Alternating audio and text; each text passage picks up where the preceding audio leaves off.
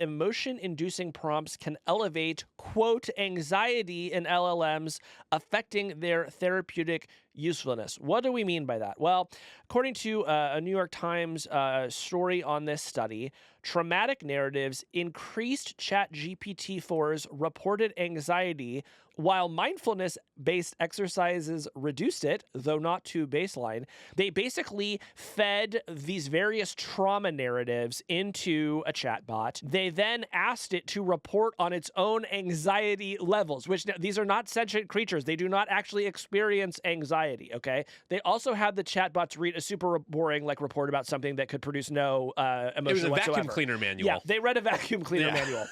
Yeah. And then they asked them the same question, which is, are you feeling more or less anxious? For the most part, the chatbots read the vacuum ownership manual, do not experience anxiety. But somewhat interestingly, their responses change after they read the trauma narratives. Why is that important? Well, the reason is because people have started to use these chatbots like therapists, right? They have started to tell them their actual traumas. And these people know that this is not a real therapist, that it is not sentient. But as we've talked about before on the show, sometimes you can get comfort from one of these sort of, digital representations of a therapist.